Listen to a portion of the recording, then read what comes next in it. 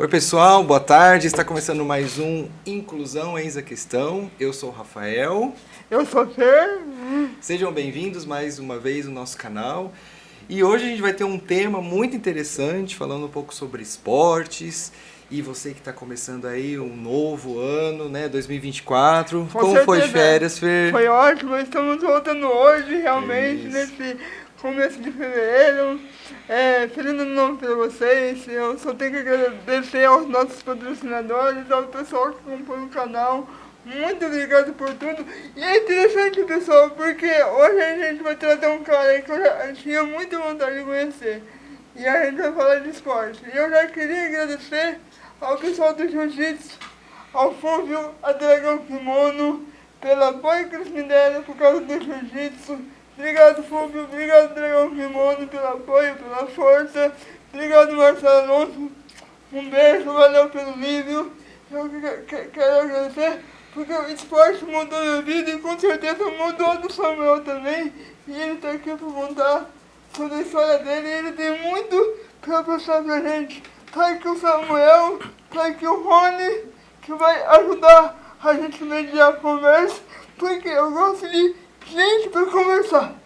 Então a gente vai fazer um pouquinho diferente e no decorrer dos podcasts agora vai ser assim, a gente vai trazer mais pessoas para agregar. E com certeza hoje tem muito a agregar. Com certeza. Vamos falar dos nossos patrocinadores. Vamos. E aí a gente já começa o nosso papo. Tá, joia, Pode vamos ser? lá. Agadalf, Cocan, Supermercados Trídico. Ô, Supermercado Trídico, eu quero agradecer pela parceria, pela força. Obrigado, Guilherme. Obrigado, Verdinha. Obrigado ao pessoal todo aí que tá dando uma força no patrocínio pra gente, no apoio. Espero que essa parceria dure por muito, muito, muito tempo. E eu vou ir pra gente fazer aquela foto e que tem que fazer e agradecer a vocês pessoalmente. Isso Muito aí. obrigado, Gui. Porque sem vocês, eu não estaria aqui levando inclusão, eu não estaria aqui trabalhando. Muito obrigado pela parceria do Supermercado Trídico. Valeu pelo apoio aí. Obrigado, Dr. Prajá, Lubrificantes Grossi, Well Informática, Clínicas Interviva, Igor Lorenzato Assessoria Esportiva, Sorveteria Elite, Atelier do Conhecimento e Idiom Center. O nosso muito obrigado. Com certeza. É isso aí. Vamos começar o nosso papo? Vamos lá, vamos lá. Hoje tem muita coisa muito interessante. Eu estou aqui com o Samuel Bertolin e o Rony Egídio. Aí eu tava vendo aqui um pouquinho sobre a vida dele, tá? O Samuca, ele é palestrante, ele é para-atleta, educador físico, especialista em comportamento em alta performance e apaixonado pela vida. Eu acho que tem muita coisa para falar, principalmente na área do esporte, né? Com certeza. Seja com certeza. bem-vindo, Samuel. Muito obrigado por estar aqui falando um pouco com a gente. E vou apresentar também, de antemão, o Rony Egídio, que é o psicólogo de pessoas com deficiência neurodivergentes. Tem muita coisa pra gente conversar hoje, hein, Fer? Tem bastante coisa. Bem-vindo, meninos. Muito Eu obrigado. adoro misturar. É isso aí, é isso que é legal. Samuel, vamos falar um pouquinho sobre a trajetória da sua vida. Eu vi que você tem um livro, eu acho legal a gente comentar também, Isso. logo mais a seguir. Mas tem aqui, ó, 100 desculpas. Como você reage ao que acontece com você? E como que você reage ao que acontece com você, Samuel? Bom, é um prazer estar aqui ao lado de pessoas maravilhosas e, para mim, muito mais importante do que acontece na nossa vida, que muitas vezes a gente não tem controle, é como a gente reage ao que acontece. Com certeza. Né? Por exemplo, eu não tive escolha e muitas pessoas na minha condição não têm escolha de... Eu nasci num parto de gêmeos prematuro, no meio da zona rural, no interior da Bahia, uma cidade que na época não tinha estrutura nenhuma. E eu sempre falo assim que quanto menos estrutura a gente tem, mais fé e ação a gente precisa ter. Sim. Então a maneira como a gente reage ao que a vida nos deu, eu acho que é o que faz a diferença, né? E se a gente puder fazer bem feito aquele pouquinho que a gente controla, que é o mínimo da vida, né? A maior parte dela a gente não controla o que acontece com a gente, o que acontece com as pessoas que a gente ama, mas a gente pode escolher o que a gente faz com o que a vida nos deu. E isso é um ponto importante, porque é uma visão que veio em primeiro lugar dos meus pais. Eu falo que quando a gente é criança, a gente não tem muito livre-arbítrio, né? Você vai seguindo ali a família. Então, e aí falando um pouquinho, né, de inclusão, de tudo, hoje eu posso falar porque eu já dei mentorias para mais de 100 famílias, de pais e mães com crianças, especialmente com paralisia cerebral, que é o que eu tenho, é o que eu conheço mais de perto, na teoria, na prática, em tudo que eu fiz de trabalho nesse sentido. E eu vejo ali que das pessoas que passaram pelas mentorias, muita gente ficava preso em alguma questão, por exemplo, de aceitação, e isso impedia de você ver tudo positivo que aconteceu, sabe? Então eu acredito muito nisso. E eu já vi, por exemplo, já entraram nas minhas mentorias pessoas que eram especialistas em paralisia cerebral, mas não conseguiam atender o próprio filho. Então você vai destravando, porque mexe com a dor do outro internamente é complicado, né? É complicado. É complicado. Porque quando eu fiz do outro, eu fiz do outro. Agora quando é o nosso filho, aí dói muito, né? É diferente. É por isso que, assim, eu sempre gosto de aprender quando eu tô... Por exemplo, eu vim dos últimos 2 anos procurando muito médico, eu fiz 5 cirurgias nos últimos 2 anos.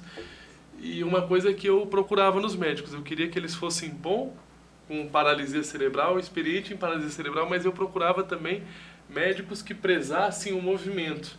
Porque, cara, eu sou do movimento, o movimento mudou a minha vida. Se o médico não entender isso, ele não vai conseguir ter a noção do que o movimento importa para mim. Ele não precisa ser um atleta, obviamente, mas que seja um cara que se movimente ali, faça alguma coisa 3 vezes por semana. Né? Então, assim, e essa é uma dificuldade muito grande, né? Porque você procura bons currículos, boas pessoas e pessoas que têm uma visão de mundo semelhante. E como é que você fez para fazer essa procura dos médicos? Como é que foi essa para você falar, não, é esse cara aqui que vai me operar? Bom, eu faço todo um levantamento. Primeiro, né, da parte jurídica, para saber se tem algo. E isso eu acho importante. Isso aqui é uma coisa de educação. Primeiro você tem que ver se tem processo, alguma coisa. Eu acho isso sempre uma proteção. É bom falar isso pro pessoal, porque muitas vezes a gente vai pela indicação, vai naquele médico que é bom, não sei o que, e quando você vê, pode acontecer alguma coisa, não porque ele queira, ou porque propositalmente, mas pode acontecer alguma coisa e você não sabe. Então você olhar o currículo dele é muito interessante, é muito importante, né? Com certeza. O segundo passo foi falar com fisioterapeutas que fazem a reabilitação desse médico. Então eu falei com diversos fisioterapeutas e o terceiro passo é falar com as pessoas que foram operadas por eles. No caso, como os médicos que eu procurei operavam muitas crianças, eu falei com os pais. A maioria foi com os pais, um ou outro adulto. Que legal, cara. Eu achei, mas eu acho que quando você junta esses 3 passos aí, você está seguro. Né? E assim, saber também, eu acredito muito que a experiência está diretamente ligada ao volume. Então, por exemplo, eu tenho um número na minha cabeça que eu usei como palestrante, que eu falava, cara, enquanto eu não der 100 palestras, não tiver 100 horas de palco, eu não vou ser um palestrante experiente. Não interessa o quanto eu estudo, não interessa o quanto... Porque existem coisas que só a prática traz pra gente. Então, é saber, por exemplo, números. Quantas vezes você já fez essa cirurgia? E isso pra mim é essencial, né? Então, eu sempre procurei isso aí. E eu encontrei... Foi aqui em Rio Preto? Não. Infelizmente, quando a gente fala de especialistas em paralisia cerebral... É em grandes centros. Ainda é em grandes centros, apesar de Rio Preto ser um excelente centro médico. Mas quando você vai por essa linha muito especializada... Eu sei porque eu passei por isso também. É necessário a gente ir para as capitais. E o melhor médico que eu conheci... como ser humano, como profissional, foi nessas cirurgias, que é um médico de Teresina. Chama Dr. Francisco Alencar. E ele foi fundamental, cara, porque eu tava naquela, né? Eu fiquei sabendo o nome dele, fiz todo esse processo, falei com as pessoas, falei com os fisioterapeutas, falei com todo mundo. E por que você precisou operar, Samuel? Por que você precisou Eu fiz 5 cirurgias com 2 médicos. Eu primeiro fiz toda a parte ortopédica, e aí foi feita em São Paulo. Né? Mas isso foi por causa da corrida? Aconteceu alguma Não, coisa com você ou é por causa do quadro neurológico nosso mesmo? É importante a gente pontuar aqui. O esporte fez com que eu operasse antes, depois do necessário, porque era para mim repetir esse procedimento aí com 15, 16 anos, e eu consegui ir bem com qualidade de vida ali até 32 anos. Depois começaram as dores, então assim, se não fosse essa base muscular, se não fosse o movimento, se não fosse a repetição, né? O esporte inclusive me ajudou. É um ponto importante a gente colocar aqui, porque muita gente tem medo do esporte, né? Como se ele fosse um fator, olha, ele vai piorar, ele vai piorar se a gente pega profissionais que não ruins. Como se você pegar um médico ruim, qualquer profissional ruim, ele vai piorar o seu quadro. Só que se você pega médico, fisioterapeutas, personagens trainers, que entendem de movimento, que sabem adaptar intensidade, carga, tudo isso, o esporte só tem benefícios. O esporte bem orientado, bem conduzido, ele só tem benefícios. E, inclusive, muito do que eu conquistei como atleta foi por ter essa base de musculação desde de 15, 16 anos de idade. Como despertou esse gostar pelo esporte? Logo cedo, né? Despertou porque eu não queria morrer virgem. Eu era um cara muito magro, muito tímido. E ali, cara, aí eu falei, cara, beleza, né? Como é que eu vou ficar forte? E aí eu falei, pô, eu preciso, né? Eu entrei na academia e aí sempre tem pessoas que foram importantes nesses momentos. Por isso que eu falo, da gente olhar as oportunidades. A primeira vez que eu entrei na academia, cara, eu podia pegar uma situação e falar, poxa, eu nunca mais venho aqui porque eu sofri ali. Naquela época a gente nem falava disso, mas um preconceito. Eu não gosto muito de falar isso porque fica uma linguagem meio superficial, mas a atendente, a recepcionista da academia, ela olhou pra mim e falou, o que alguém como você está fazendo aqui, né? E eu nunca tinha entrado na academia. Nossa! Aquela hora eu pensei em sair, eu falei que só que era horário de meio-dia e tal. Daí eu falei, eu vim treinar. O que as pessoas vêm fazer na academia? Eu já era meio linguarudo, né? Eu falei, inclusive, você que está sentado aí, você devia treinar também, né?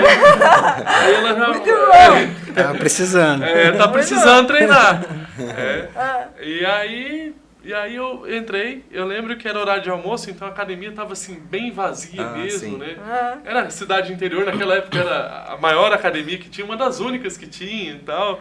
E aí eu entrei e tinham 7 personagens trainer, né? E engraçado que assim, tava todo mundo ali no centro da academia e eu entrei e várias pessoas foram se afastando e uma pessoa, ela deu um passo à frente e falou, olha... Estou aqui, não te conheço, se apresentou e tal, estou aqui para ajudar. O que você precisa, o que a gente pode fazer e tal.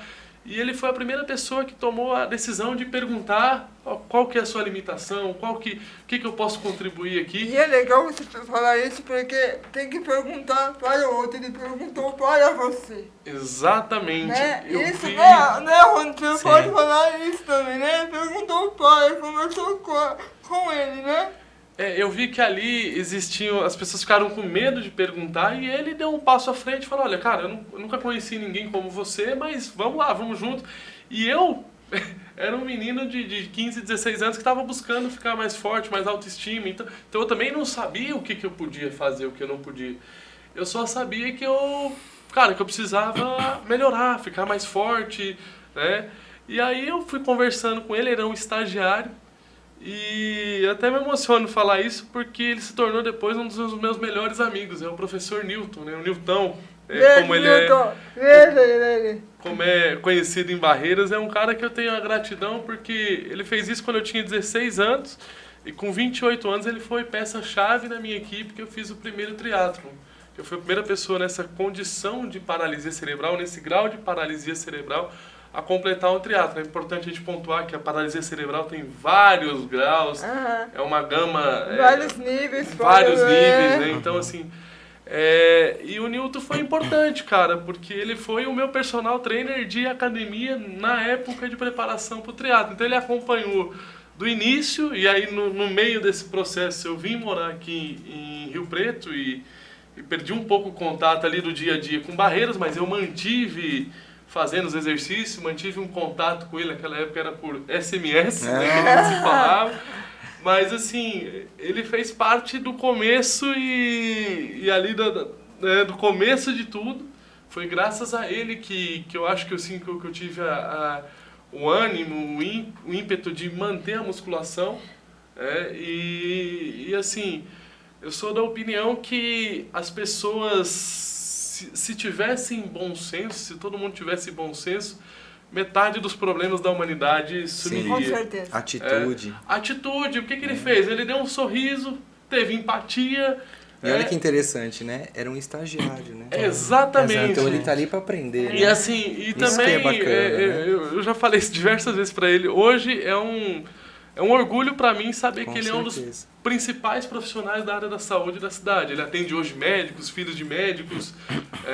Mas por quê? Porque ele tem essa sensibilidade. Isso. Não é pelo currículo, não pela especialização, não que ele não estude, mas não é isso que fez total diferença. O que fez a diferença na carreira dele e o trabalho dele fez a diferença na minha vida. Foi a empatia, né? Por causa exatamente, aquela questão, pô, eu tô com uma dúvida, eu vou perguntar direto pra ele, igual a Fer falou aqui, né? Muitas vezes as pessoas estão com dúvida em relação a gente e não perguntam pra gente, aí vão perguntar pra alguém que não conhece a gente, que não entende a rotina. Ninguém vai saber melhor do que a gente ou do que a nossa família, do que quem tá com a gente no dia a dia ali, né? Eu penso que o que o Samuca está compartilhando é relevante porque é a barreira atitudinal. Né? As pessoas, às vezes, por falta de conhecimento, como a Fer já comentou, elas acabam se inibindo, né? Deixam de se conectar, deixam de se comunicar com pessoas com deficiência e pessoas neurodivergentes. Então, essa é uma característica, uma capacidade muito importante, não só para a sociedade, mas, sobretudo, para os profissionais que atuam, né, com essas pessoas, seja em instituições, em clínicas, em escolas. Esse tato, essa sensibilidade, essa conexão é muito relevante. E aí você comentou no início, Samuca, eu vou puxar um pouco para a área da psicologia, tá, gente? Vamos fazer essa interface entre esporte e psicologia. Você comentou que foi uma gestação gemelar e um nascimento prematuro. Isso. Exato. E como foi esse parto e como foi esse pós-parto e quando que você teve um diagnóstico e quando iniciou a estimulação precoce? Muito, muito bom tocar nesse ponto, Rony, porque eu sou da opinião seguinte, o quanto antes a gente conseguir dar estímulo, melhor. O momento certo é sempre o momento que a gente tem a consciência que necessita daquilo. Perfeito. Mas nós estava no meio da zona rural mesmo, aí da fazenda, a gente morava na fazenda. Então você fez o parto lá na fazenda? Não foi, porque a gente conseguiu uma transferência de UTI aérea naquela época. Nossa, não sei nem se era UTI, assim, teve um avião que levou a gente. O lugar mais próximo que a gente conseguiu foi Goiânia, que ficava a 600 e poucos quilômetros de Barreiras. Nossa, cara! Porque Barreiras é o seguinte, é a cidade com mais estrutura da região, só que naquela época não tinha estrutura. Lógico. E é mais perto de Goiânia e Brasília do que de Salvador, do que a própria capital do estado. Né? Então a gente tá meio ali isolado e ali a gente conseguiu a vaga em Goiânia e ali demorou algumas horas até vir, tudo. A gente chegou lá. O meu irmão Felipe sobreviveu até o 4º dia, a gente foi para incubadora, para recuperar peso, altura e tal, e ele não resistiu. No 5º dia ele não resistiu e acabou falecendo. E aí entra, cara, aquele ímpeto da família, né? Eu falo da família porque, cara, se não fosse meu pai e minha mãe, principalmente, teve muito mais gente que contribuiu, né? Os avós daquele momento, enfim, muita gente da família. Mas se não fosse, assim, o ânimo, o astral do meu pai e da minha mãe, deles acreditarem. E assim, é uma fé, mas assim, não... Eu sei que cada um tem suas crenças, não se apeguem à fé religiosa. Fé é acreditar que vai dar certo, independente das circunstâncias. Né? Mesmo quando tudo parece que não vai dar certo, você tem que acreditar e você tem que agir como se fosse dar certo. E então, assim... Aí, depois, meus pais tiveram que ter essa força de enterrar o meu irmão Felipe e, ao mesmo tempo, permanecer ali, porque foram várias semanas, né, para recuperar peso e altura. A gente recebeu alta, foi para casa E com 7 meses a minha mãe começou a perceber que eu não tinha os mesmos movimentos das crianças da minha idade. Ela tinha ali crianças com idades similares à minha e ela via que meu desenvolvimento estava um pouquinho atrasado, né? E ali imagina, ela tinha 21 anos, mãe de primeira viagem, meu pai também jovem, meu pai tinha 27. E ali ela viu que tinha que ser feito alguma coisa. Ela levava nos clínicos gerais, que era o que a gente tinha lá, eles falavam, não, deixa crescer que quando cresce, se ele não andar, se ele não falar até 3, 4 anos, aí você procura especialista. Nossa, ia perder muito tempo, cara. E era visão de médicos, né? Tudo bem, não eram médicos especialistas, mas eram clínicos gerais e tal. E a minha mãe, ainda bem que não deu ouvidos e falou, não, cara, eu sei que tem parece que é um instinto, né? A gente que convive, a gente tem um instinto e tal. E aí ela foi para as capitais e era uma época muito mais difícil, né? Porque, por exemplo, a gente não tinha asfalto para ir de Barreiras, Brasília. Eram 700 quilômetros, você demorava 14, 15 horas, porque era estrada de terra quase tudo, né? Terra batida mesmo. Exato. Se chovia, se chovia, atolava. Então tinha todas essas... E aí em Porto Alegre ela recebeu esse diagnóstico, beleza, seu filho tem paralisia cerebral, mas você imagina um diagnóstico vindo em 1989, né? Eu sou de 88, esse diagnóstico veio em 89, quando eu tinha 7 para 8 meses. 7 para 8 meses. Aí veio esse diagnóstico, seu filho tem paralisia cerebral, minha mãe entendeu naquele momento, beleza, ele tem paralisia cerebral, o tratamento é fisioterapia. E aí, cara, só que ela não entendeu que era um negócio definitivo. Foi um diagnóstico muito técnico e muito frio, né? Assim, não teve essa parte humanizada e não tinha na época, né? Não existia. E aí, ela pediu para a médica anotar num papel tudo que era paralisia cerebral para ela poder... Aí ela foi pesquisar, comprar livros, estudar sobre o tema, porque ela nunca tinha escutado falar sobre isso. E quando ela pegou aquele papel que ela foi ler com o meu pai, já estava em casa, estavam ali palavras grifadas em letras maiúsculas que mudariam o destino para sempre, né? A paralisia cerebral é irreversível. Isso aí estava grifado. E ali que ela entendeu que não seria algo temporário, seria algo permanente. E assim, por que é tão difícil as pessoas aceitar? Porque a gente tem um ciclo do luto e todo mundo entra em luto. Só que o grande problema é que tem gente que permanece no luto por 30, 40 anos. E tem gente que entra no luto, que beleza, foi o que aconteceu. Minha mãe ficou 2, 3 meses reclamando, 2, 3 meses questionando Deus e tal. Por que isso comigo? Eu acho que é o que... Uma moça nova, 21 anos. Por que eu, né? Por que comigo? Eu acho que todo mundo passa por isso, inclusive a gente que tem a deficiência. Eu passei muito por isso na adolescência. Hoje não faz parte dos meus questionamentos isso. Isso tem a ver com a aceitação. Né? A aceitação não é se conformar. Aceitação é você aceitar que aquilo aconteceu e o que você pode fazer com essas condições que você tem para você ser feliz. Eu acho que o objetivo do nosso estado aqui é ser feliz e fazer quem está ao nosso redor feliz. Acho que se a gente conseguir isso na vida, a gente consegue sucesso. Sucesso para mim tem a ver com felicidade. Com certeza. E aí foi muito nisso, assim, né? Aí minha mãe começou a fazer os tratamentos no Sara Kubitschek, então era 700 km para ir, 700 km para voltar, a cada 30, 40 dias. Em Brasília. Em Brasília. Minha mãe ia para o Sara, ela ficava uma semana, fazia os tratamentos intensivos, só que as fisioterapeutas, ela foi aprendendo com as fisioterapeutas lá. Pra fazer em você. Pra ela fazer em mim, porque em Barreiras não tinha fisioterapeuta, não tinha fonoaudiólogo, não tinha terapeuta ocupacional, não tinha nada, né? Não tinha psicólogo, não tinha profissionais da área da saúde. Tinha alguns médicos clínicos gerais que já estavam ali do meio pro final da carreira, né? Então, foi tudo um processo assim que a minha mãe foi aprendendo, e aí eu falo muito sobre o foco. A oportunidade ela tem a ver com foco, porque assim, a fisioterapeuta que ensinou a minha mãe, ela atendia 8 crianças por dia. Não eram todas as mães, todos os pais que ela ensinava, porque a maioria estava lá fora lendo revista, né? Naquela época não existia celular. A distração ali para passar o tempo, a gente pegava as revistas, ficava fazendo palavras cruzadas. E beleza, só que assim, ou você pode estar ali e aprender, ou você pode estar ali e se isolar e às vezes nem saber o que está acontecendo. Ou o que você pode fazer para melhorar. Então, muito dessa base de tratamento foi a minha mãe que fez. Né? Minha mãe que não tem um diploma, minha mãe que não tem... Como é o nome dela, Samu? Ariane. Um beijo pra Ariane. Ô, Eu Samuca, quero conhecer ela.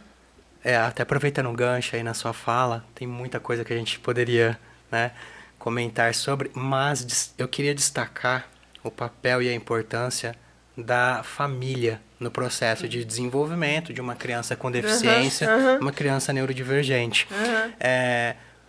O quão importante é porque infelizmente nem todas as mães, a maior parte das mães não tem essa proatividade, essa intencionalidade que a sua mãe teve e que com certeza fez a diferença na sua vida.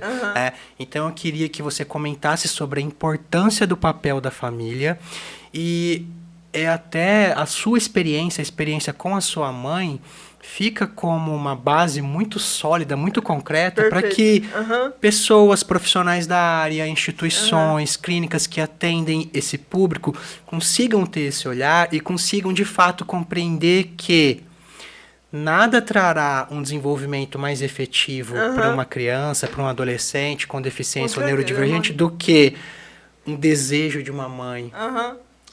A participação de uma mãe e de um pai. Então eu queria que você comentasse um pouco sobre. Não, se eu fosse metrificar de 0 a 100% a importância da família para minha vida é 100%. Né? Porque todo esse processo eu fui conduzido, eu não tive poder de escolha. A base foi a família. Então assim, para mim foi 100%, né? Eram tratamentos assim que estão disponíveis até hoje. O Sara Kubitschek é público, né? Então, assim, só que ela entendeu que se ela não fizesse, e aí o protocolo para se tratar a paralisia cerebral até hoje são 2 vezes por semana, o que eu acho muito pouco. Né? Porque se você pegar, numa semana tem 7 dias, no dia tem 24 horas, você passar 2 horas na semana, quando você precisa realinhar uma postura, recondicionar movimentos neurologicamente falando. Na minha época eu fazia 3.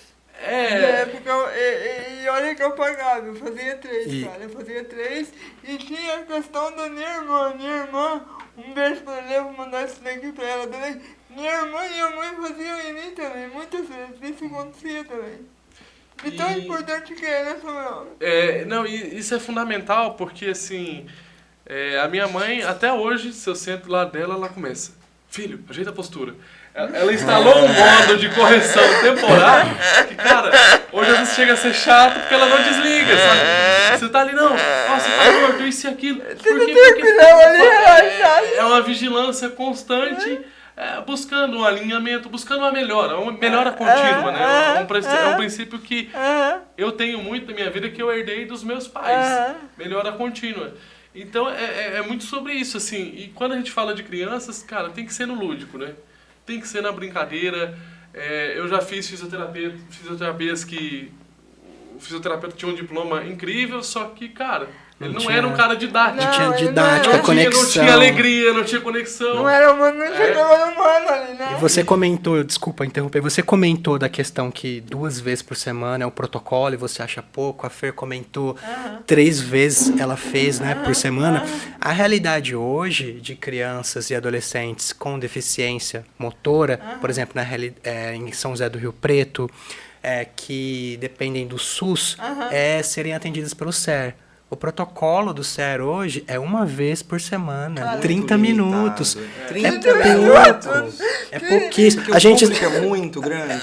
É devido à alta demanda, mas eu penso assim, se existe uma alta demanda, nós precisamos lutar e buscar, através de políticas públicas, mais espaços e mais centros, porque, tecnicamente, a gente sabe que é inviável você promover um prognóstico efetivo para uma criança com deficiência 1 vez por semana, 30 minutos. Porque meia hora o Samuel sai melhor disso do que eu faço academia, o Samuel tria tudo, meia hora ele tá esquentando muito musculatura ainda. Então, mas é isso, aí você tocou num ponto de políticas públicas fundamental, né? Tanto na questão de conscientização, por exemplo, aonde eu fiz a cirurgia em Teresina, eu fiquei encantado, cara, porque esse médico, junto com um conjunto de médicos, eles já trabalham desde a maternidade. Eles têm um acompanhamento com crianças que nascem prematuros. Que legal, cara. Então, assim, eles já sabem que a criança que tá lá, cada semana tem estatísticas de risco, né? Nasceu com 6 meses, 6 meses e meio e tal.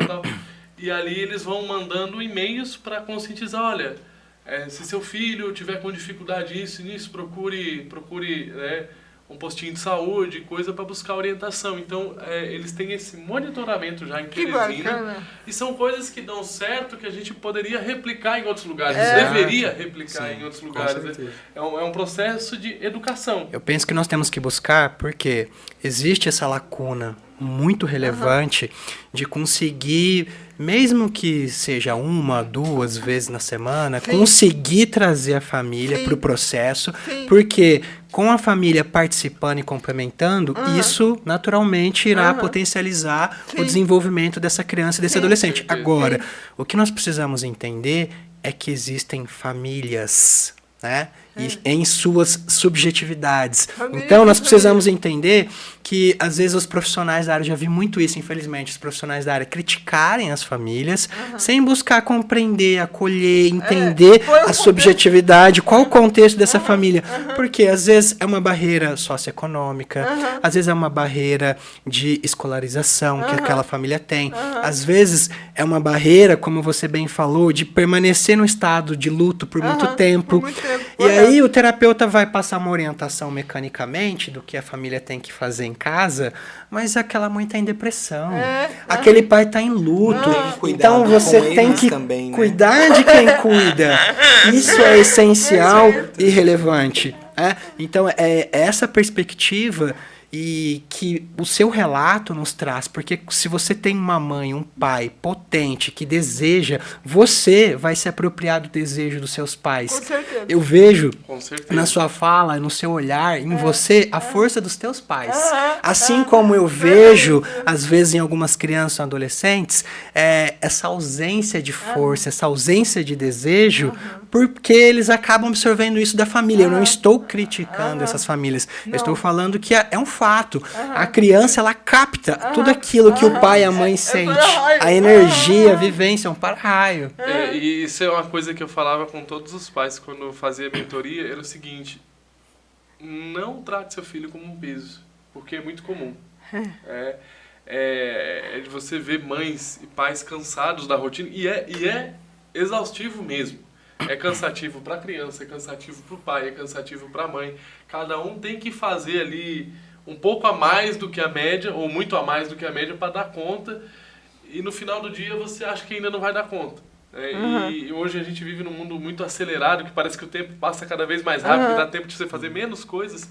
Mas eu vejo muito isso, assim, que as crianças, elas sentem quando elas são vistas como um peso. E isso faz total diferença. Às vezes a gente acha, não, mas a criança não compreende. A criança compreende. Com certeza. A criança compreende. Sente, né? Sente. E assim, muito desse... E aí eu vou trazer um relato aqui. De uma das mães que eu fiz a mentoria. Foi bem na época da pandemia, então as clínicas de reabilitação estavam todas fechadas, tudo fechado. E aí as crianças, a maioria parou de fazer os tratamentos e regrediram, que é o que acontece com qualquer pessoa que para de treinar. O ser humano tem a lei do uso e do desuso, né? Tudo que você não usa vai atrofiar e tudo que você usa ali, ele vai se desenvolver. Com certeza. Você vai criar mecanismos para expandir aquilo. E aí as crianças começaram a ter retrocessos. E aí eu falei com uma mãe, ela falou, meu filho tá começando a querer andar e agora não tá andando mais. Aí ele estava do lado dela, eu falei, deixa eu falar com ele. Ele já tinha uns 8 anos, era um menino super arrojado, corajoso, né?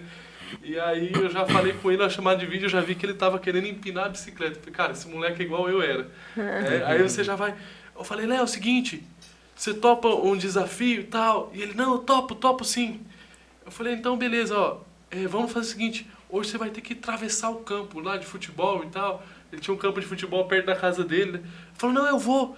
E aí eu voltei a chamada pra ela. Eu falei o seguinte, é ele que não quer ou é você que tá com medo dele cair? Porque muitas vezes os pais justificam o medo deles em si, não, mas se eu botar ele andar, ele vai cair. Eu falei, aí eu olhei pra ela e falei, mas ele vai cair na vida adulta. Eu caí semana passada, eu tava fazendo a mentoria com ela e eu tava tudo esfolado porque eu tinha levado uma queda. E assim, eu falei, cara, quanto mais ele... Aí eu falei, leva ele para um espaço seguro, né? Que ali uma grama, uma areia, que ele não vai se machucar, como no cimento, como num piso mais sólido. E deixei ele andar. Cara, o menino começou a andar. Então, às vezes, é só É só você acreditar, não, e colocar em prática e Colocar em partir pra prática. cima. e Dá um partir pra- gatilho, né? É. Dá um gatilho, né? Dá um E- incentivo, assim. E assim, a grande maioria das crianças com neurotípicas ou não, elas têm essa vontade de se desafiar. Então, assim, cada um dentro do seu contexto, cada um dentro da sua realidade, mas se ele conseguiu dar 2 passos, no outro dia ele vai querer dar 3. Com Entendeu? É que certeza. isso que você está falando é importante, porque, assim, na minha percepção como profissional na área, é que todo ser humano, ele vai adquirindo capacidades e vai se desenvolvendo, né? Isso vai depender do meio que ele está inserido. Com certeza. E aí, família, escola, profissionais que atuam na reabilitação são fatores determinantes. Se essas pessoas não partirem do princípio de presumir capacidades, mesmo diante das barreiras e dificuldades que o indivíduo pode apresentar no seu quadro de desenvolvimento, essa criança muito pequena, vamos pensar, essa criança tem 2 anos, né? Ela tem muitas dificuldades ali naturalmente no seu desenvolvimento, seja ela neurodivergente, seja ela neurotípica. Se a família estimula, presume capacidade, deseja, encoraja essa criança, ela vai introjetando um sentimento de capacidade. Ao contrário, que infelizmente acontece em muitas famílias de pessoas com deficiência e crianças neurodivergentes, os pais, coitado, cuidado, ele não é capaz. E essa fala é muito forte, você não é capaz, meu filho não é capaz. O que eles fazem? Eles internalizam, introjetam sentimento de incapacidade. Mesmo, por exemplo, se o quadro não for tão acentuado. Então, é muito interessante porque às vezes você vai pegar uma pessoa com paralisia cerebral, com acometimento acentuado e que faz muita coisa. Mandar um abraço aqui para Bibi. A Bibi, ela é uma jovem, ela tem, se não me engano, 19 anos. Ela tem paralisia cerebral. Beijo, Bibi. Não oraliza. Ela tem um acometimento motor, principalmente nos membros inferiores e também nos membros superiores, mas ela assim, ela é incrível. Ela anda, ela caminha ajoelhando, ela trabalha, ela faz artesanato mesmo com a limitação motora, ela vende para ajudar em casa. E aí você pega às vezes uma jovem na mesma idade com um quadro de acometimento muito mais brando que devido a essa lacuna do desenvolvimento psicológico estagnou. Não tem isso que você falou que é tão importante, o desejo. O desejo. Então tem muitos jovens hoje que estão em boas instituições, em boas clínicas de reabilitação, e os pais me procuram e falam assim, ele não quer fazer. Simplesmente porque não há o desejo da própria pessoa em fazer. Porque aí você começa a buscar na infância, buscar o desenvolvimento. Esse adolescente, que hoje é adolescente, teve uma infância em que ele introjetou um sentimento de incapacidade. Então, tudo aquilo que o desafia e o que é diferente, mesmo que seja para o seu bem, ele relata, né? Eu acho bacana porque algumas pessoas oralizam, outras não.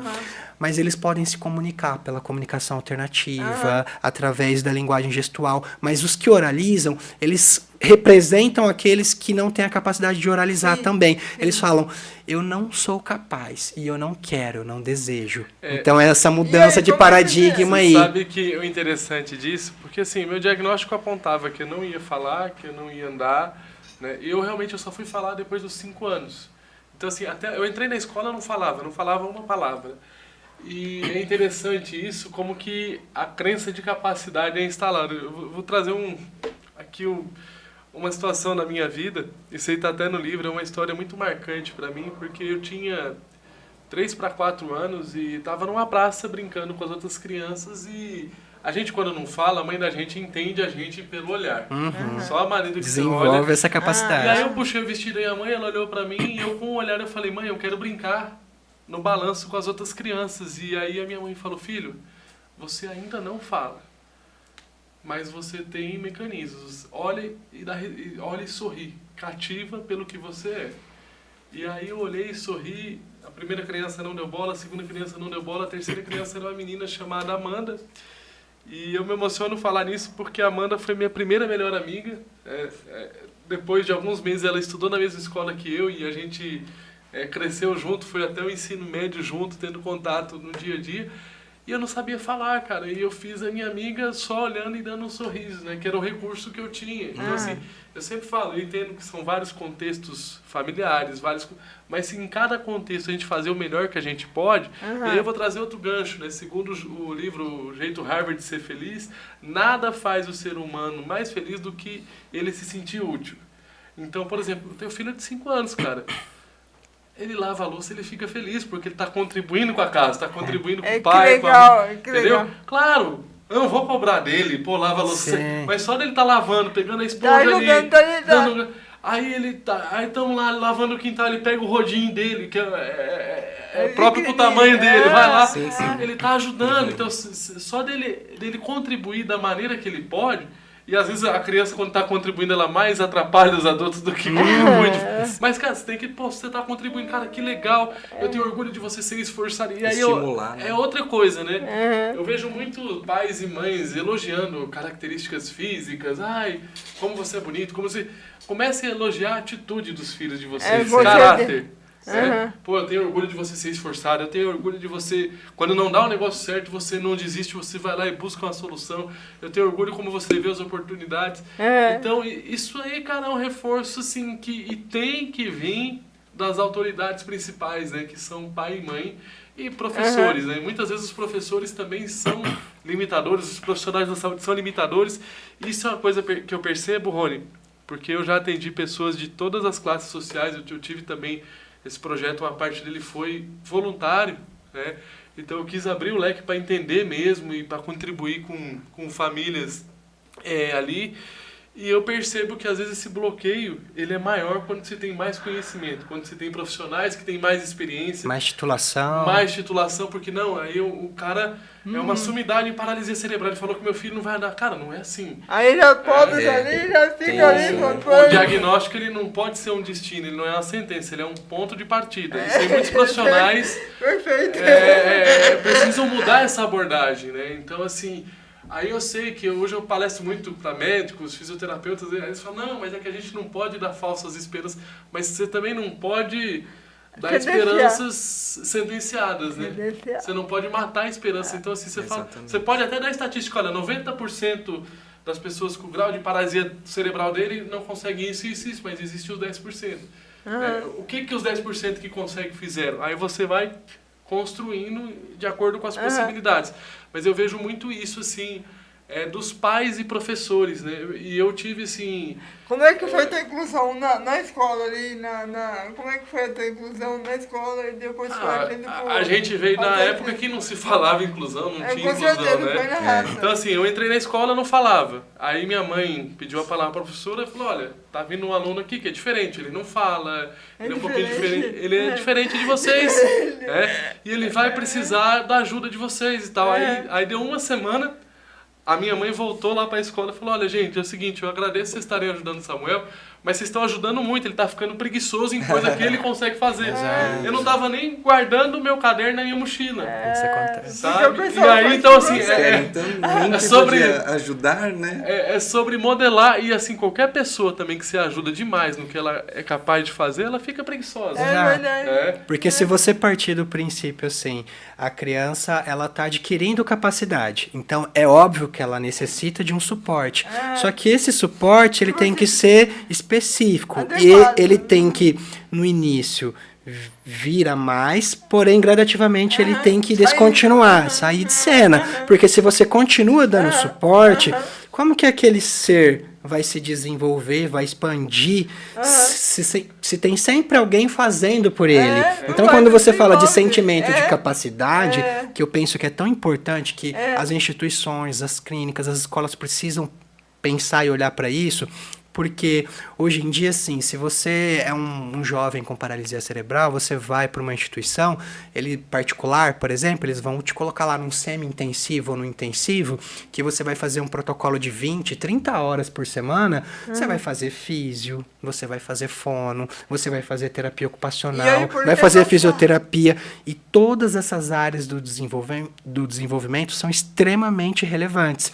Porém, fica sempre uma lacuna no desenvolvimento psicológico. Social, né? Desenvolvimento psicossocial. Qual é o estímulo para desenvolver o psicológico desse ser, com os desafios que ele tem pela frente? Porque às vezes coloca tanta terapia, cansa a criança e aí Exato. não interage com o outro, não interage. Esquece a humanização. Não socializa, não desenvolve esse ser desejante, que quer crescer, que quer expandir, mesmo nas adversidades. Isso foi fundamental porque, por exemplo, o protocolo, quando eu fiz as primeiras cirurgias do SAR, era fazer uma cirurgia, recuperar e no outro ano fazer outra cirurgia. Eram cirurgias que dependiam aí de 6 meses a 1 ano de recuperação. Cirurgias ortopédicas num grau complexo. Quantas você já fez? Eu fiz 3 na infância com 7 anos e é graças a essas cirurgias que eu ando, e depois eu fiz agora 2 anos atrás. Mais 4 cirurgias, só que sempre foram procedimentos unificados. O que quer dizer que eu parei uma vez só para fazer todos esses procedimentos. E isso foi fundamental porque minha mãe falou, beleza, ele vai parar 9 meses. Só que ele não vai ficar parando e repetindo de ano, porque como é que vai ficar o Samuel se ele com capacidade de avançar de ano, ele entrar com um pouco 3, 4 anos abaixo da capacidade. Como é que fica essa questão de socializar? Isso foi uma coisa que, assim, se eu tivesse que falar uma coisa que minha mãe e meu pai deram muita ênfase, foi nisso. Até porque eles são muito sociáveis. Então, assim, eu desde criança, eu ia para as festas com meu pai, com a minha mãe, nunca fui escondido em casa. Nunca foi escondido, deixado de lado, né? Era assim, não, nós vamos, meus pais eram muito então eu ia, os bailes do shopping, não sei o que, eu levava meu travesseiro, dormia em qualquer lugar.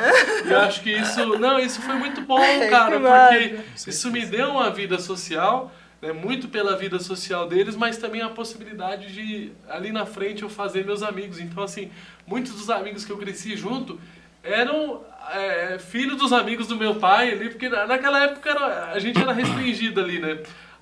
As pessoas do bairro, as pessoas do colégio e os amigos dos nossos pais. Eram essas 3 opções que a gente tinha, né? Na minha época também era assim, perfeito. Hoje com a rede social ampliou muito esse leque, né? Deus. Tem o lado bom e o lado não tão bom. Eu acho que tem mais desvantagens hoje disso do que vantagens. Que você dá uma ferramenta dessa na mão de quem não tem maturidade para usar. Eu vejo mais perigos do que vantagens, se tratando de adolescentes, enfim.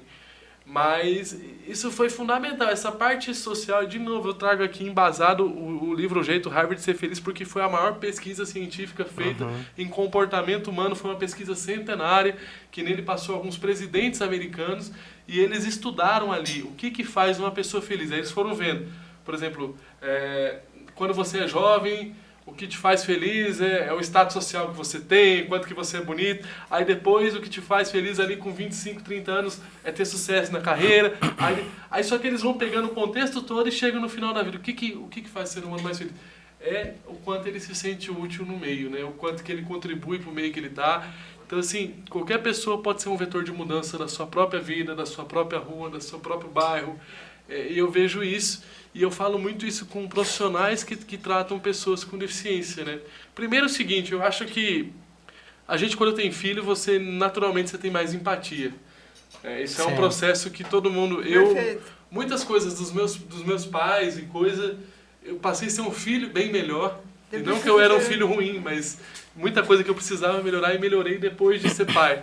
Depois de estar na posição que eles estão, que a gente vê que também não é fácil. A responsabilidade de educar um ser. Então eu vejo muito isso, assim, pessoas às vezes que não têm filhos falando sobre educar filhos, pessoas que... Aí o Rony falou, né, às vezes da paciência dos profissionais para repetir os diagnósticos. Cara, o óbvio ele precisa ser dito. Porque às vezes é tão óbvio, mas é óbvio para você que estudou 4, 5 anos ali. Mas ali, às vezes a pessoa nunca ouviu falar naquilo e tem que ser didático, tem que ser de uma maneira assim que qualquer pessoa consiga entender. Exato, tem que simplificar as terminologias científicas de modo que as famílias possam se apropriar. E aí eu vejo assim, cara, eu vejo um mundo muito gourmetizado e acho isso horrível pra ter acesso à informação, porque pô, eu formei em Educação Física e Direito, eu podia falar um vocabulário aqui, que alguém olhar, pô, o cara é inteligente, cara, mas eu quero que quem tá do outro lado, seja quem for, que entenda a mensagem, que se entender essa mensagem, que se a gente pegar o que a gente tem condições de fizer o melhor, dentro do nosso contexto, dentro da nossa realidade, a gente consegue ser um vetor de mudança na nossa própria vida, na vida da nossa comunidade. Então, é muito nessa linha, mas eu vejo profissionais gourmetizando demais para parecer que tem muito conhecimento, quando na verdade isso gera um efeito contrário, porque se você não é compreendido, não adianta seu conhecimento. Eu tenho uma história que quando eu fiz essa cirurgia, que foram cirurgias unificadas, a minha mãe procurou 8 médicos, 8 ortopedistas naquela época. O primeiro, que era o currículo mais pesado ali, o cara que mais tinha acesso ao conhecimento e tal. Aí, naquela época o conhecimento ele não era tão difundido quanto hoje, então eram poucas pessoas que detinham muito conhecimento. Essas pessoas não ensinavam tanto que nem hoje, não compartilhavam tanto que nem hoje. E aí o primeiro médico ele falou assim, olha mãe, aproveita a sua vida enquanto você é jovem e bonita, porque não vale a pena você dedicar a sua vida ao seu filho. Nossa. Curta a sua vida enquanto você pode. Entendeu? Aí você vai falar, um médico desse é bom? Não, não é. Foi o pior médico que passou na minha vida. Sem dúvida. Não interessa o quão bom é o currículo dele. Se ele não sabe de pessoas e trabalha... Não é a primeira história que a gente escuta, né? Verdade. Né? Verdade. Quantas outras a gente já entrevistou e também tem essa mesma percepção E aí, assim, com relação a médicos, quem né? fez a cirurgia foi o 8º médico, mas sem dúvida, sem sombra de dúvida, todos os médicos eram muito bons, eram referência em suas áreas de atuação ali, de currículo, formação acadêmica e tudo mais, mas o 8º médico era quem mais entendia de gente. O 8º médico foi o primeiro médico que olhou, tá, mas e quais são os... Ele falou, olha, eu opero crianças como Samuel todos os dias, mas quais são os potenciais individuais dele? E aí você começa a olhar num específico, dentro da realidade, dentro da estrutura, dentro dos potenciais, dos dons e talentos. E eu trabalho muito isso, cara. Eu acho que se a gente fortalecer os nossos dons e talentos, a gente vai ter a felicidade e, consequentemente, vai ter o sucesso. Né? E não é, por exemplo, eu trabalho muito com esse conceito de, às vezes, não deixar a limitação nos definir, porque... Eu nunca quis ser conhecido, o Samuel, aquele que tem paralisia cerebral, porque, cara, tem um monte de coisas, de personalidade, de dons e talentos que eu tenho antes de ter a paralisia cerebral. A paralisia cerebral, ela faz parte da minha vida, tá comigo desde que eu nasci, vai estar o resto da vida, mas ela não me define. Como que surgiu você escrever esse livro, por exemplo? Cara, é a vontade de compartilhar essa história. Eu já estava com uma carreira de palestrante já andando há alguns anos, atuando em empresa. Eu falei, cara, eu preciso ter uma outra forma de comunicação que não seja da pessoa contratar minha palestra e assistir minha história. Então eu penso nessa questão de realmente de variar o conhecimento, né? De dar acesso... Democratizar o acesso. Exato. Tem pessoas que vão aprender melhor lendo um livro, tem pessoas que vão aprender melhor vendo esse podcast, tem pessoas que vão aprendendo melhor assistindo ao vivo uma palestra minha. Então, assim, a questão é dar opções, né, para que o máximo de pessoas tenham acesso a esse conhecimento, essa vivência. Ô Samuca, pode ir, Fer, fica à vontade. E como é que surgiu o triatlo na tua vida? Surgiu por essa questão de... Quanto mais você vai ganhando autonomia, vai se desafiando, você vai acreditando. Qual foi a primeira? A corrida? Foi a corrida. Quando eu entrei pro triatlo, eu já corria há mais de 10 anos. Então eu já tinha essa base de musculação há uns 15 anos. Quantos anos você começou a correr? Eu comecei em 2008. 2008. E aí você participou de várias maratonas, várias coisas? Eu, em primeiro lugar, eu fiquei especialista em corrida de 5 km. Então, todas as corridas que tinha, eu já morava aqui em Rio Preto. Eu comecei a correr por causa do Betinho. É um outro anjo da minha vida, um personal trainer, casado com uma fisioterapeuta maravilhosa também. E, cara, o Betinho tinha dessa de desafiar. Ele já fazia ele era meu personal na academia e fazia os alongamentos e tal. E aí um dia ele falou, Samuel... Eu morava num prédio e tinha uma garagem. Falou, vamos fazer o seguinte, vamos dar um pique daqui até lá, vai e volta. Dava uns 30 metros, para ir para voltar dava 60, né? E eu fui e voltei, fiquei muito cansado, assim, minha vista escureceu, eu achei que até ia passar mal e tal. E ele riu, ele falou, cara, você corre melhor do que você anda, porque você pula alguns processos da biomecânica, nem eu sei explicar como é que é.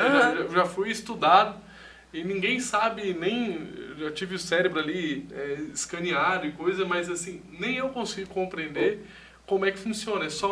É menos atrito no chão, talvez por isso seja mais... É o teu jeito de caminhar e de correr que você conseguiu achar no negócio. E aí entra aquele negócio de personagem. Eu sempre fui um cara mais acelerado, né? Então já era naturalmente assim, dentro da minha condição de eu andar rápido, dentro das coisas que eu posso fazer, eu sempre fui um cara de prezar pela velocidade, pela agilidade, mesmo tendo dificuldade de locomoção. E depois você foi pra natação, Não, aí da corrida eu já coloquei o objetivo de fazer triatlon, né? Eu pedalava em bicicleta de academia, aquelas bicicletas ergométricas, e eu falei, cara, no aniversário de 2016, eu falei, cara, em agosto de 2017 eu vou estar fazendo triatlon. E aí eu procurei pessoas, né? A gente não consegue nada sozinho, a gente fala de família, mas...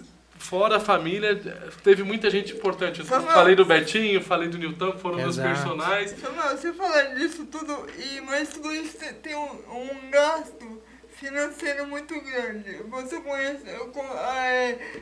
conseguiu apoio financeiro para isso ou foi gratuitamente que você conseguiu chegar a ser triatleta? Como é que foi essa... É muito difícil... Falando na visão do esporte, é muito difícil você ter algum tipo de apoio financeiro se você não demonstra resultado. Então essa é a questão que eu quero chegar. Como é que você conseguiu esse aporte todo que você...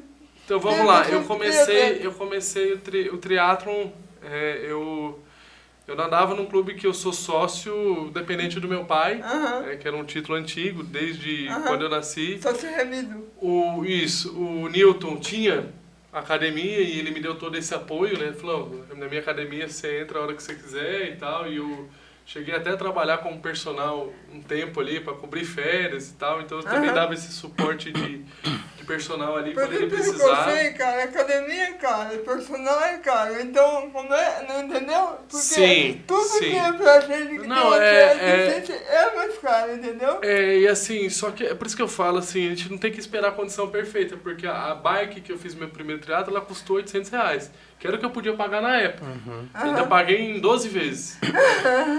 Mas era uma bicicleta, era uma barra fixa, pesada, sem marcha, não tinha nada, é que o cara armengou 2 rodas lá para dar, então virou um triciclo para dar mais adaptação. Mas assim, foi um negócio bem amador, né?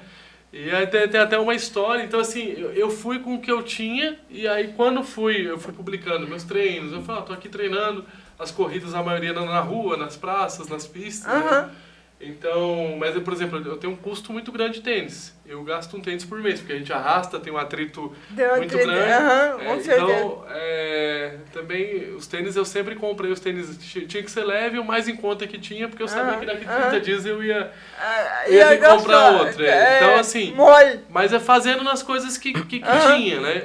E o triatlo por si só, ele é um esporte caro, porque você precisa de piscina para nadar, você precisa... Eu não tive roupa de neoprene, na primeira prova, eu não tinha nem relógio para marcar a corrida, então assim, eu fazia com o celular no braço, tinha aqueles negócios de velcro, e fui fazendo, e hoje assim, eu tenho condições bem melhores, hoje é muito mais fácil, por exemplo, arrumar patrocínio do que em 2017 que eu estava começando um projeto, então assim, só que a gente tem que fazer o que a gente pode com o que a gente tem em mãos, a gente nunca pode esperar. Porque assim, eu paro e penso assim, eu fiz uma corrida de rua fora do Brasil, o reconhecimento é outro. Quando a gente fala de esporte, superação... Que lugar foi? Foi Estados Unidos, foi na Flórida. Eu estava numa viagem, tinha uma corrida, eu me inscrevi e fui assim. Então assim, realmente... se você vai para um país, por exemplo, de primeiro mundo, primeiro que a estrutura, a acessibilidade é bem diferente, é outra coisa. É outro mundo. Não é buraco em calçada. Não, aqui, assim, dificilmente... E você não morre atropelado. Então, assim, foi lá, por exemplo, eu fiquei um mês, eu pedalei, foi a primeira vez que eu pedalei na rua, foi lá. Porque eu tinha essa segurança, né? Você tinha ciclovia, você tinha tudo nivelado. Aqui você não tinha como. Então, Aí eu sempre conheci pessoas, né? Então, assim, todos os treinos que eu fazia, eu fiz num aeroclube, que tinha alguns amigos que tinham um avião, e eu falei, ó, eu tenho que deixar minha bicicleta lá, pedi licença para eles.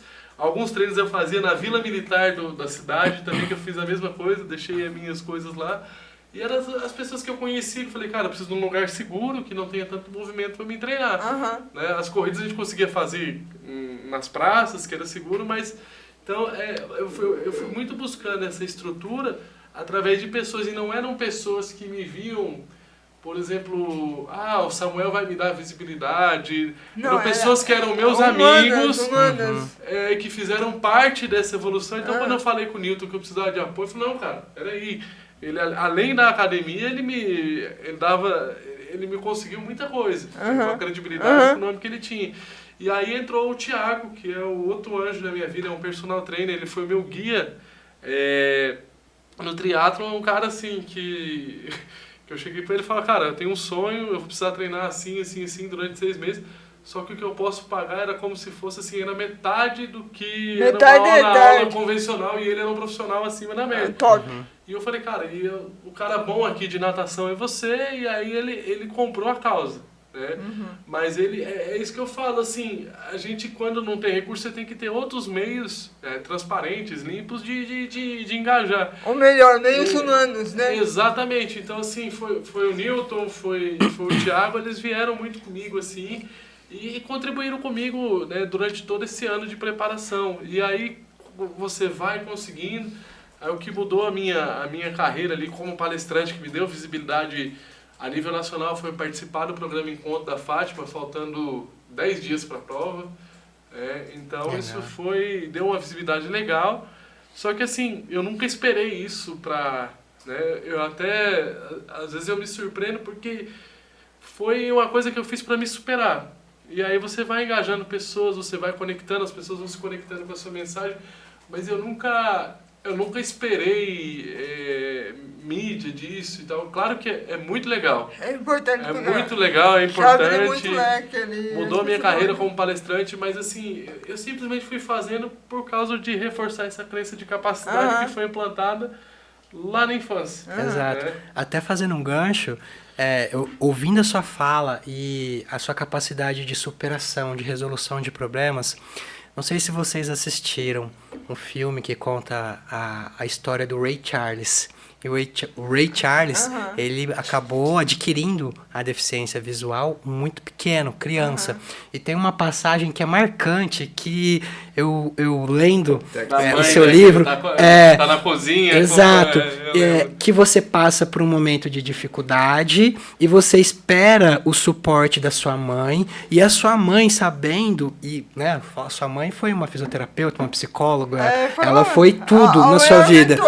A maior mentora. E ela, com toda a sabedoria intrínseca dela, ela fala pra você, ela te dá uma devolutiva assim, você precisa resolver os seus problemas. E ela abre espaço pra isso. Ela não vai lá e faz por você.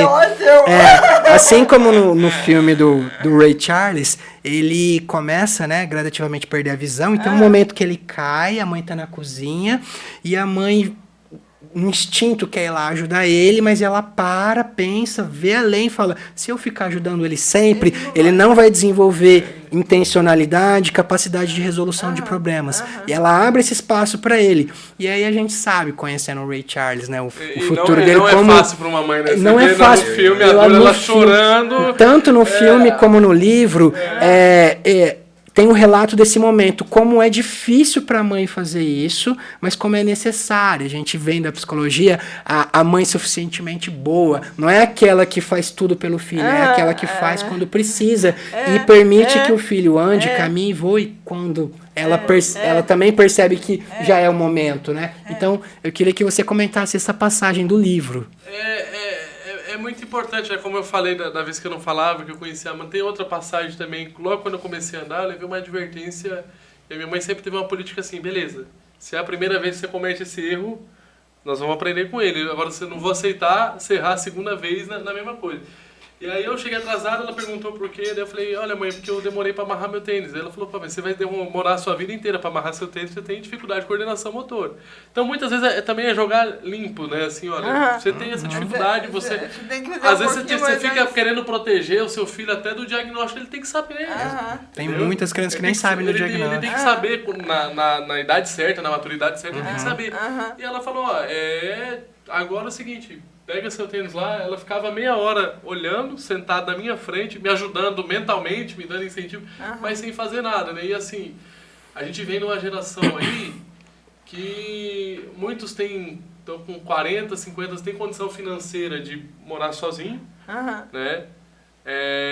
E não mora por uma questão emocional, porque não tem a segurança. Cada dependência Exato. emocional. Né? Eu não falo de condição psicológica. financeira, porque realmente hoje, quando envolve condição financeira, mas tem gente que tem condição emocional, condição financeira e não tem condição emocional. Ele tá ali 40, 50 anos com a mãe, com o pai, num contexto que não contribui com nada. Com nada. Né? Perfeito. Usufrui tudo ali perfeito. e não contribui com nada. Porque Perfeito. o problema não é você estar ali com 30, 40 anos morando no seu país. Se você contribui, se você tá ali somando, onde você tá? Você tá somando, tá certo, cara. Agora, se você tem condição de somar e não soma, aí é o problema. Aí você me traz tudo. Eu, por exemplo, eu viajava sozinho e eram 2.500 quilômetros. Né? Eu saía de ônibus da Bahia, porque aí a minha família toda é do sul. Então, minha avó, meus filhos, todas as férias eu pegava um ônibus na Bahia, era 49 horas de viagem. Nossa, hein? E ia pro sul.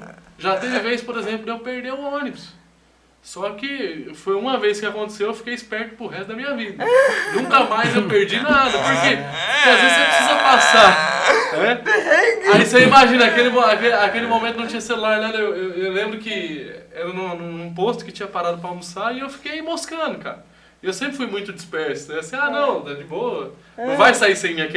Até um pouco de ego, né? Não vai. Não vai. Experimenta. Aí liguei pra minha mãe, ela falou, agora você tem que se virar e tal. Aí fui, liguei pra companhia, vi qual era a outra parada, consegui uma carona e tal, e foi tudo eu que me virei assim, porque eu tava sozinho. Entendeu? Então muitas coisas você só vai aprender se você caminhar sozinho. E cair. Caminhar e cair. Caminhar e cair. Exatamente. E tropeçar e errar faz parte. Só que assim, eu falo muito isso, né? Que o melhor momento pra gente errar é quando a gente é novo. Então assim, só que você tem que dar experiência pro seu filho quando ele é novo. Se ele não tiver experiência, ele vai chegar com 40 anos, ele não vai ter experiência de vida. A experiência de vida, ela não tem nada a ver com a idade biológica. Com certeza. A experiência de vida Eu tem a acredito ver nisso. com a bagagem que a gente tem, né? Vai Tem gente adquirindo ao longo da vida. com 40 anos você tem muito mais vivência de quem tem 80, 90 anos. É cair, levantar e é com erro que você aprende, né? É cair, Exato. levantando que você vai amadurecendo. Não é a tua idade que te amadurece. Exatamente. Né? Samu, a gente já tá no horário, infelizmente, porque senão eu ficaria aqui 2 horas conversando com o outro, né? Eu tenho muito que aprender com você, a gente vai conversar muito pelas horas. Eu queria que você deixasse um recado para as pessoas continuar essa motivação que você tem, que você é um ser humano incrível e que bom que eu tive a oportunidade de te conhecer. E fala pra mim qual foi das corridas do triatlo, que seja a mais marcante que te marcou, que você falou, cara, é isso que eu quero pra minha vida, assim. Vou começar então respondendo a última pergunta. Tá. A prova mais difícil que eu fiz na minha vida foi a meia maratona. Foi mais difícil que o triatlo, apesar do triatlo ter dado mais repercussão. Foi a meia maratona porque eu estava me preparando para São Silvestre, né, que são 15 quilômetros, então eu estava preparado para... Você foi pro Rio de Janeiro, então? Foi em São Paulo, São Silvestre, em São Paulo, isso. Não, meia maratona é no Rio. Não, eu fiz em Brasília. Em Brasília, tá. E ali eu sabia que ia chegar uma hora que fisicamente eu não ia, né, conseguir mais. E chegou essa hora, mas de novo eu estava com 2 amigos que foram comigo. Um que eu encontrei no 10º quilômetro da prova e é interessante porque ele era um cara que corria pra caramba, era um cara que não tinha deficiência nenhuma, teve um acidente de moto. Então ele chegou pra prova 20 quilos acima do peso normal dele, ele chegou muito debilitado, ele quebrou o fêmur. Então assim, ele, além de ficar sem treinar, teve todo esse... perdeu força, né? E aí quando eu encontrei ele, eu tava bem, que eu falei, até 15 km eu sei que eu vou, porque eu tava preparado para ir. E fui com um guia que é amigo meu desde o começo, né? Então, ali quando a gente chegou no 18, 19, começou realmente a falhar a perna, a não ir. Fica pesado 300 quilos. E as pessoas dizem muito, não, o esporte é 90% mental. Não, não é 90% mental, porque se fosse Buda, Gandhi, seriam grandes atletas, né? Só que tem ali uma pequena porcentagem que ele é mental, principalmente quando a gente está falando de prova, né? De prova, de vida, são experiências diferentes. Você treinar ou você tá numa prova que você tem ali alguma pressão. E como tudo na vida, você pode pegar aquela pressão, aquela energia, transformar a seu favor e aquilo te dá mais entusiasmo, ou você pode sentir a pressão e aquilo te fazer retrair. Então é muito sobre isso, né? Mas foi a prova mais difícil, foi o que exigiu mais mentalmente, fisicamente, até espiritualmente falando. E qual foi a outra pergunta, Fer, que você fez no o que você queria passar para as pessoas? Você queria deixar um recado para as pessoas? Você queria falar alguma coisa? Sim, a minha vida mudou, tem outra coisa para falar, mas na adolescência não, mas você volta. Eu entrei em depressão, né? Eu parei de fazer todos os tratamentos e tal, e eu falava, nossa, mas eu tô fazendo fisioterapia todos os dias aqui para levantar o pé 1 milímetro a mais no final do ano, é muito pouco. E era essa consistência que me mantinha tendo os resultados que eu vinha tendo. Quando eu parei, em 6 meses eu fui ao fundo do poço e realmente eu vejo que os diagnósticos nunca estiveram errados, porque eu fiquei 6 meses sem exercício, eu parei de andar. Atrofiou legal. Atrofiou legal. Exatamente. A musculatura fica rígida, eu caramba, você não mexe porra, não vai cair nenhum. E ali eu parei de andar, só que eu tava num médico com meu pai e com a minha mãe. Eu falei, cara, eu tô levando meus pais pra depressão também. Eu tava em depressão, tava levando meus pais pra depressão. E eu falei, cara, eles não merecem isso, tudo que eles fizeram. E ali eu olhei pra eles e falei, cara, eu vou voltar a fazer o que eu tenho que fazer. E a minha vida mudou quando eu parei de usar a minha dificuldade, porque eu falava, não, os alongamentos doem em mim e é por isso que eu não vou fazer. E aí eu passei a usar a minha dificuldade como meu motivo. Ao invés de dar desculpa é o que eu falo, por eu ter deficiência e não fazer exercício, eu comecei, não, é porque eu tenho a deficiência que eu preciso fazer exercício todos os dias. É o que eu falo, como fazer da dificuldade e potencialidade. Fazer da dificuldade o teu combustível, o teu potencial se continuar. Fantástico. Fantástico. É essa mensagem. Eu acho que se cada pessoa pegar essa mensagem e fazer dessa dificuldade, essa potencialidade, como a Fer falou, eu acho que cada um pode transformar a sua vida e depois transformar a vida das pessoas ao seu redor. Isso aí, que bacana. Nossa, eu tô inteira arrepiada. Foi emocionante. Foi uma aula, né? Eu tô arrepiada. Eu nem sei como terminar isso aqui, cara. Pois a gente pode seguir um roteiro, Fer. Agradece os patrocinadores e a gente dá tchau depois. Bora? Bora. Vamos, quem quiser, tuas palestras, tuas coisas, a gente encontrar e como é que funciona as coisas aí. @Samuel Bortolin, com N de navio no final. Me acha em todas as redes sociais, entre em contato direto com a gente lá. Tá. Para palestras, compra do teu livro. Pra tudo, eu mando o livro tem na Amazon, é só aí, na Amazon.com, pessoal, mas sem desculpas. Sem desculpas. Tá, eu quero mesmo. Pronto. Você pode até uma mensagem aqui pro final pra gente refletir. Isso Gente, eu também gostaria muito de agradecer, assim como a Fer, tanto o Samuel como o Rony. O Rony vai ter que voltar para falar outra parte também da área da psicologia também. Com certeza. Não é? Com certeza. Os ganchos foram muito pertinentes e eu tô aqui assistindo. Foi uma aula. Né? O bate-bola aqui a gente ficou assim. Que interessante. Eu acredito que para você aí de casa, assistindo pelo YouTube ou ouvindo pelo nosso canal, o podcast, o que você tem feito para melhorar cada dia? Você, né? Você tem que melhorar, gente. Esse despertar que a gente sempre costuma dizer, né? De dentro para fora. Então, acho que esse bate-papo que tenha sido aí um start, né? Para você poder, poxa, o que eu posso fazer hoje de melhor para mim? Quando eu estou bem, as coisas ao redor também vão ser, né? E aí, folheando um pouco o livro, que com certeza deve ser maravilhoso, e eu peguei essa frase pra gente colocar no final, né? Todos nós temos a possibilidade de ser luz na vida de alguém. E eu até me arrepio, porque em que momento você é luz? Né?